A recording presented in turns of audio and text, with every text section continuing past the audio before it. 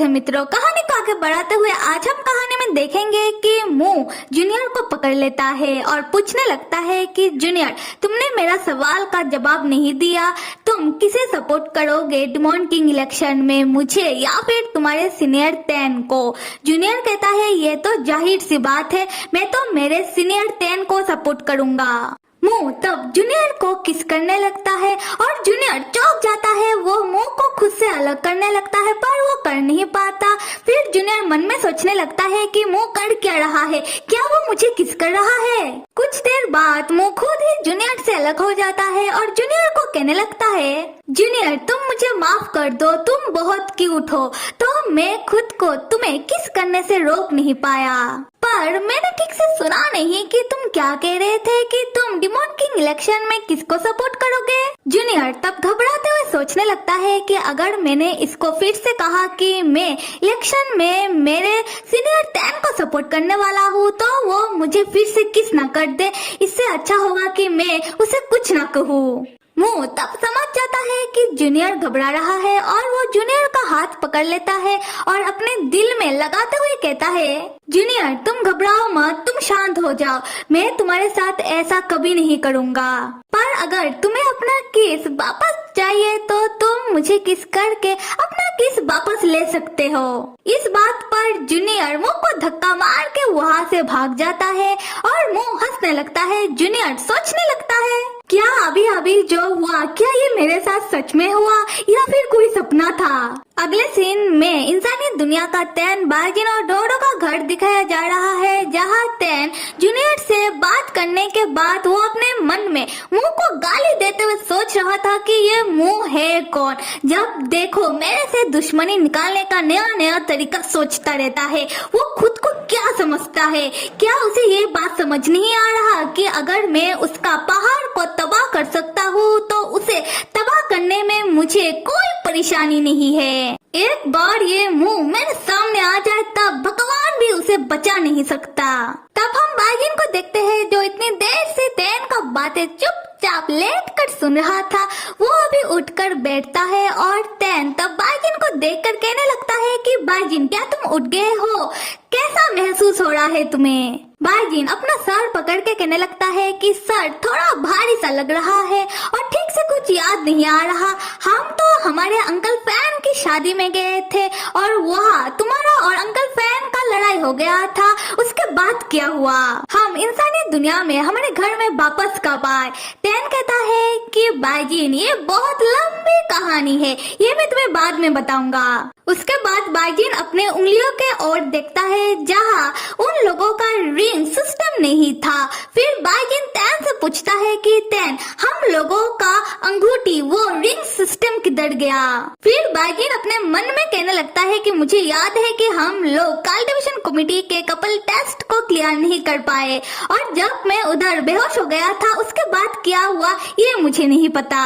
Ten तब बार्जिन को एक मस्त झूठ कहते हुए कहता है कि बार्जिन क्या तुम्हें याद नहीं, हम तो कल्टीवेशन कमेटी के कपल टेस्ट को पास कर गए, तो इसीलिए उन लोगों ने हमारे रिंग सिस्टम को वापस ले लिया। बार्जिन तब टेन की ओर देखकर सोचने लगता है कि टेन मैं तुम्हारी ओर तब तक देखता रहूंगा जब तक तुम झूठ कहना बंद नहीं कर देते। सो यहाँ पर हुआ ये है, जैसा कि हमें पता है कि टेन को मालूम नहीं था कि कल्टीवेशन कमेटी के कपल टेस्ट के दौरान और रिजल्ट के समय भी उसके साथ जीन नहीं बल्कि बार्जिन था। तो टेन को यही लग रहा है कि उस समय उसके साथ जीन था, तो बार्जिन को तो कुछ मालूम नहीं होगा, तो इसीलिए टेन ने बार्जिन से झूठ कह दिया। खैर आते हैं स्टोरी में, जहाँ टेन फ्लैशबैक को याद करने लगता है जब बार्जिन कल्टीवेशन कमेटी में बेहोश हो गया था और टेन बार्जिन को उठाकर डोडो के साथ अपने घर वापस आ रहा था। उस समय जाओ डाओ ने उन लोगों से रिंग सिस्टम को ये कहते हुए वापस ले लिया था, टेन आप लोगों को अभी रिंग सिस्टम की कोई जरूरत है नहीं, क्योंकि रिंग सिस्टम ने आप लोगों को पहले ही पास मार्क दे दिया है। इसका मतलब आप लोग कल्टीवेशन कमेटी के एक लेवल को तो पास कर गए पर मेन कपल टेस्ट को क्लियर नहीं कर पाए। खैर कोई बात नहीं, आप लोग इतने दिन से जैसे रह रहे थे आप लोगों को अभी वैसे ही कपल रहना होगा। तो आप लोग अभी एक दूसरे से अलग होने के बारे में सोचना भी मत, और ना ही किसी और से प्यार करने के बारे में, और ना ही किसी और से शादी करने के बारे में। इन शॉर्ट, आप लोगों को अभी एक साथ ही रहना होगा तब तक जब तक आप लोग कानूनी तरीके से डिवोर्स नहीं ले लेते, और ये तो तभी होगा जब आप लोग कल्टीवेशन कमेटी की कपल टेस्ट को पास करोगे। ज़ाओ डाओ से कहता है कि हाँ मैं समझ गया, पर इस बारे में बाइजिन को कुछ मालूम नहीं पड़ना चाहिए, वरना तुम समझ लेना कि तुम्हारा क्या होगा। अभी हम टैन के फ्लैशबैक से बाहर आते हैं, जहाँ बाइजिन टैन को सोच में डूबा हुआ देखकर वो टैन से पूछता है कि टैन, अगर हम कल्टीवेशन कमेटी के कपल टेस्ट को पास कर गए तो अभी हम कानूनी तरीके से धूमधाम करके शादी कर लेते हैं। टैन चौंक कर कहता है बिल्कुल नहीं, और अपने मन में सोचता है कि बाइजिन शादी के बारे में बात कर रहा है, पर वो मुझसे ये क्यों नहीं पूछ रहा कि हम कपल टेस्ट को कैसे पास कर गए। खैर, तब बाइजिन टैन से कहता है कि क्यों नहीं, क्या तुम मुझसे झूठ कह रहे हो कि हम कल्टीवेशन कमेटी के कपल टेस्ट को पास कर गए। टैन तब बाइजिन से एक और लेवल का झूठ और बहाना मारते हुए कहता है, बाइजिन शादी थोड़ी ना कोई जल्दबाजी में करता है, शादी करने के लिए हमें एक प्रॉपर तैयारी करना पड़ेगा। हमें शादी करने के लिए शादी का ड्रेस, शादी का मेन्यू, मेहमानों का लिस्ट और सबसे जरूरी बात कि शादी का डेट फिक्स करना पड़ेगा। और सब कुछ तैयारी कर लेने के बाद हम एक प्रॉपर तरीके से धूमधाम से शादी करेंगे। बाइजिन टैन की ओर देखते हुए कहता है कि टैन, तुम्हें क्या लगता है कि ये सब करने के लिए मुझे कितना समय लगेगा। टैन बाइजिन से तब कहता है कि बाइजिन, मेरा कहने का वो मतलब नहीं था, देखो तुम्हारे परिवार के उत्तराधिकारी हो और बहुत जल्दी ही तुम मुखिया बन जाओगे, और मैं क्या हूँ, सिर्फ एक राक्षस कल्टीवेटर। देखो तुम्हारा और मेरा स्टेटस का डिफरेंस बहुत ज्यादा है। बाइजिन तब अपना सर पकड़ के कहता है कि टैन बस करो।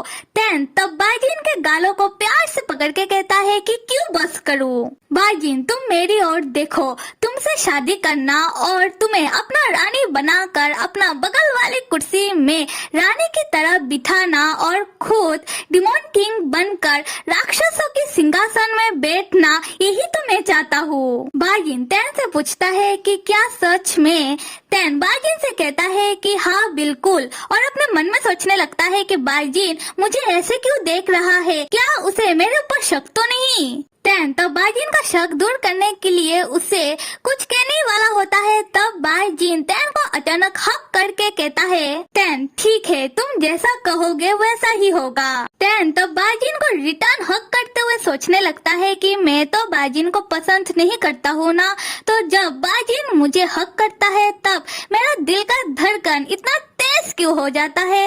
यहाँ से सीन शिफ्ट होकर राक्षसों के देश टैन बाइजिन और डोडो को लेकर अपना घर आया है, और घर में आते ही उसे गुस्सा आने लगता है अपने सामने मुंह को देखकर, और वो चिल्लाकर जूनियर से कहता है कि ये आदमी अभी तक मेरे घर से गया नहीं। फिर टैन मुंह से कहता है कि तुम साले, तुमने डिमोन किंग इलेक्शन में हिस्सा लिया है, और तुम्हें क्या लगता है कि मैं मेरे ओपोनेंट को मेरे घर में रहने दूंगा? बिल्कुल नहीं। जूनियर तब टैन को पीछे से पकड़ के कहता है कि सीनियर आप शांत हो जाइए, मुंह कल ही चला जाएगा।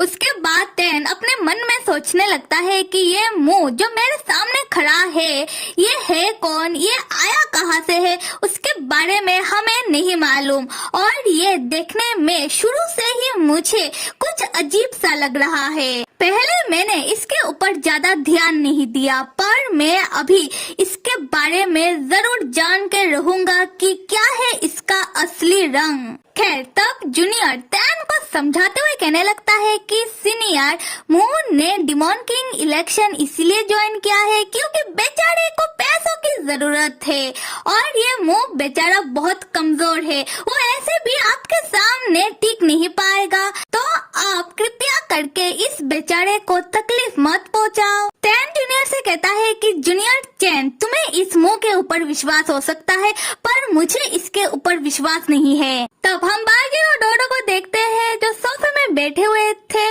डोडो फोन में गेम खेल रहा था और बाजिन उसके पास करने के लिए कुछ था नहीं तो वो डोडो को गेम खेलता हुआ देख रहा था।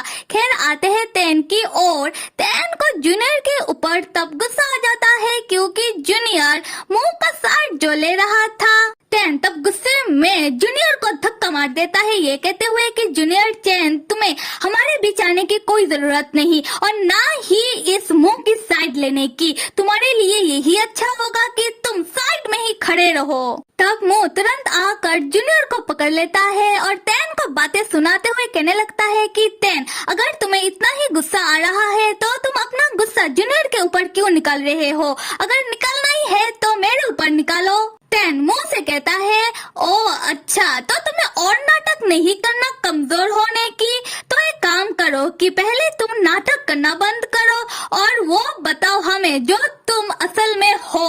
मुंह टैन से कहता है कि देखो टैन, मैं एक अच्छा नागरिक हूँ और एक अच्छा नागरिक होने के कारण मैं सिर्फ अपना शक्तियाँ तुम्हें दिखाने के लिए मासूम लोगों के ऊपर इस्तेमाल करके उन्हें परेशान नहीं करना चाहता। जूनियर तब मुंह से कहता है कि भाई तुम तो शांत हो जाओ। तब हम मुंह और टैन को देखते हैं जो शांत होने के लिए तैयार ही नहीं थे।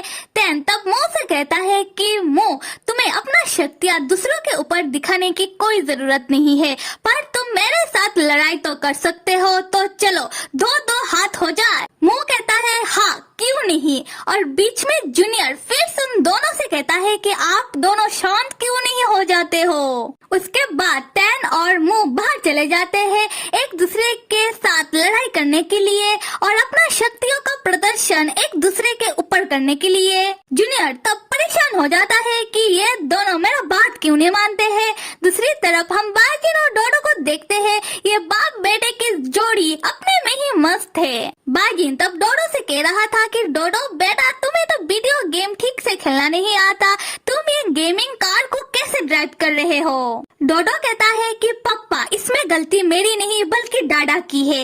डाडा ने मुझे ये वाला गेम ठीक से खेलना नहीं सिखाया तो इसीलिए मैं ठीक से गेमिंग कार को ड्राइव नहीं कर पा रहा। जूनियर तब बाजिन के सामने जाकर वो बाजिन से मदद मांगता है। जूनियर बाजिन से कहता है कि बड़े भैया बाजिन, आप सीनियर टैन को मुंह के साथ लड़ाई करने से रोको। सीनियर टैन आपका बात जरूर मानेंगे। बाजिन जूनियर से कहता है कि टैन ने बहुत दिनों से अपना शक्तियों का इस्तेमाल नहीं किया, उसने बहुत दिनों से किसी से लड़ाई नहीं किया। ये अच्छी बात है, इससे टैन का प्रैक्टिस हो जाएगा तो तुम टैन को लड़ाई करने दो। जूनियर बाजिन से कहता है कि लड़ाई से लोगों को चोट लगता है, अगर सीनियर टैन को चोट लग गया तो क्या होगा? और जूनियर अपने मन में कहता है कि बड़े भैया बाजिन सीनियर टैन का बहुत परवाह करते हैं। ये सुनकर पक्का वो सीनियर टैन के पास जाकर उन लोगों का लड़ाई को रोक देंगे। बाजिन तब सीरियस लुक देते हुए जूनियर से कहता है कि जूनियर, क्या तुम मुझे टैन का मदद करने के लिए कह रहे हो? अगर मुंह के वजह से टैन को जरा सा भी चोट आया तो मैं खुद मुंह को मार मार कर यहाँ से दूर कहीं फेंक कर आऊंगा। ये सुनकर जूनियर और ज्यादा परेशान होकर सोचने लगता है कि मुझे तो पता होना चाहिए कि बड़े भैया बाजिन कितना ओवर प्रोटेक्टिव हस्बैंड है। क्या जरूरत थी मुझे अपना मुंह खोलकर बड़े भैया बाजिन को ऐसा कुछ कहने की? अब मैं क्या करूं? और मेरे प्यारे मित्रों, आप सब लाइक, सब्सक्राइब और कमेंट करना तो बिल्कुल भी मत भूलिएगा। और कहानी आप सबको कैसा लग रहा है आप कमेंट करके जरूर बता सकते हो। Till then stay